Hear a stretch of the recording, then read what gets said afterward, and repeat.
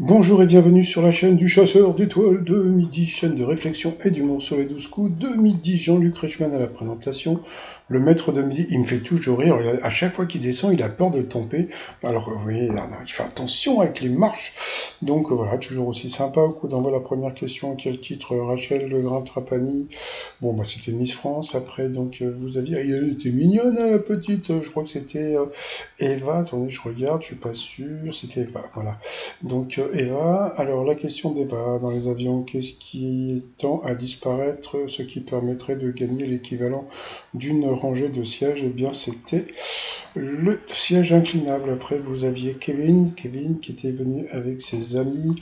Alors, quel genre de musique est-il bénéfique d'écouter pour se remettre d'une rupture amoureuse? C'était de la musique triste. Ensuite, vous aviez Lina qui était avec son mari qui était sur le plateau et un ami qui était en visio. Elle a fait un joli cadeau à Jean-Luc Reichmann, c'était une toile. Alors, la question pour Lina. Selon une étude récente, quelle marque les Français ont-ils le plus de mal à prononcer? Et ça, c'est vrai, parce que moi, j'ai beaucoup de mal à prononcer LinkedIn. Donc voilà. Bon, pourtant, je l'ai dit, hein, mais bon, quand même. Quel est le meilleur sport pour brûler du gras et perdre du poids le plus rapidement? C'était la boxe.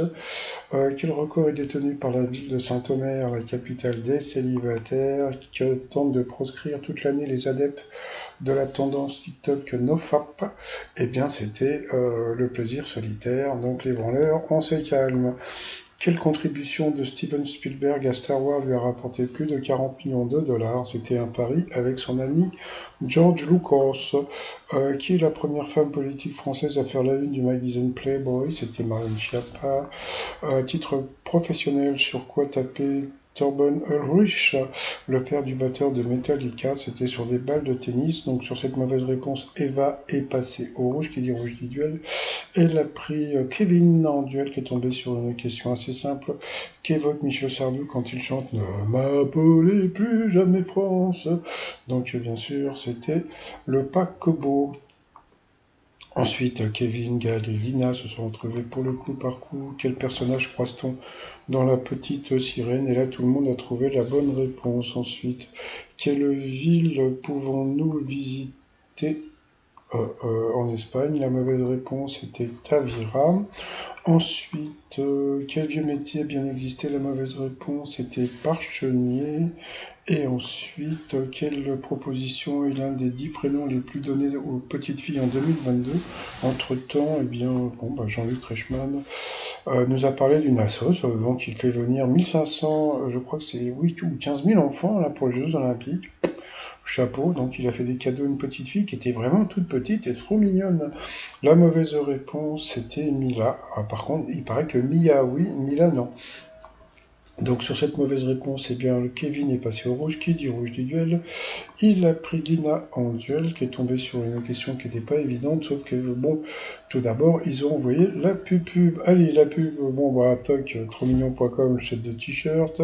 Allez, on revient après la pub. Allez, c'est parti pour la question, qui n'était pas évidente. Quel personnage a été créé par Karl Barks? Donc, elle a dit Babouche, et c'était Picsou. C'était vraiment pas évident. Donc ensuite, eh bien, Kevin et Gaël se sont retrouvés pour le coup fatal. Kevin nous a fait une petite chanson qu'il chante à l'école, avec les mains sur la tête, sur les épaules, et après on se tait, bon, passons. Alors c'est parti pour les questions. Qui est le premier conteur français à avoir écrit Le Petit Chaperon Rose? Ce n'était pas Cyril Ferraud, mais Charles Perrault.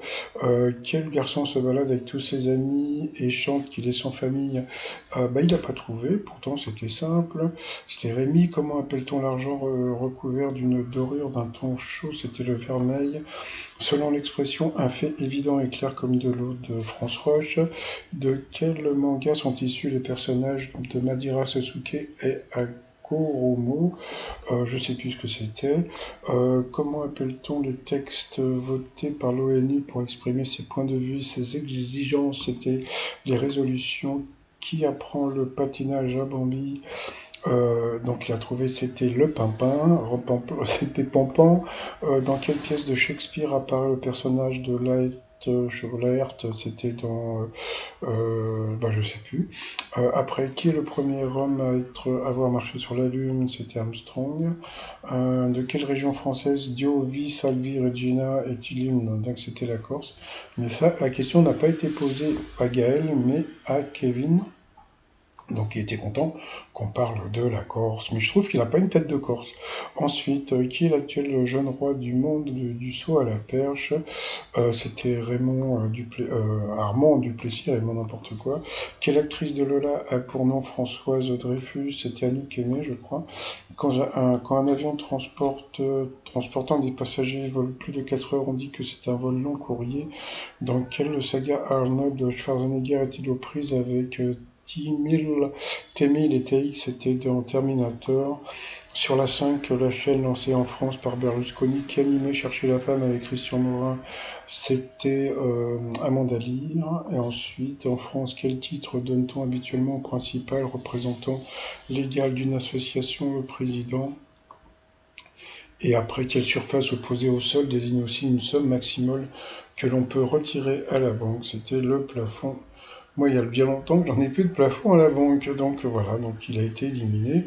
Bon, ils étaient sympas tous les deux. Voilà. Moi, je trouve qu'en ce moment, il n'y a rien à dire. Voilà, moi, je trouve qu'il n'y a rien à dire, c'est-à-dire que bon, bah, le Gaël, il gagne pas trop de sous, donc bon, il n'y a pas trop de, vous voyez ce que je veux dire, bon, et puis les candidats sont plutôt sympas, donc voilà. Alors ensuite, par rapport au coup de maître, quel sport a pour diminutif le badminton? Ensuite, quel méchant de cinéma est poursuivi par le journaliste Fandor? C'était Fantomas, il a trouvé. C'était pas évident, hein. Quelle génération achète le plus souvent un smartphone reconditionné de 16-34 ans? Ça semble évident. Ensuite, quelle est la devise nationale grecque? Il a dit l'autre, et c'était la liberté ou la mort. Ça, c'était vraiment pas évident du tout. Donc, il a perdu une étoile et un zéro, donc coup d'arrêt. Non.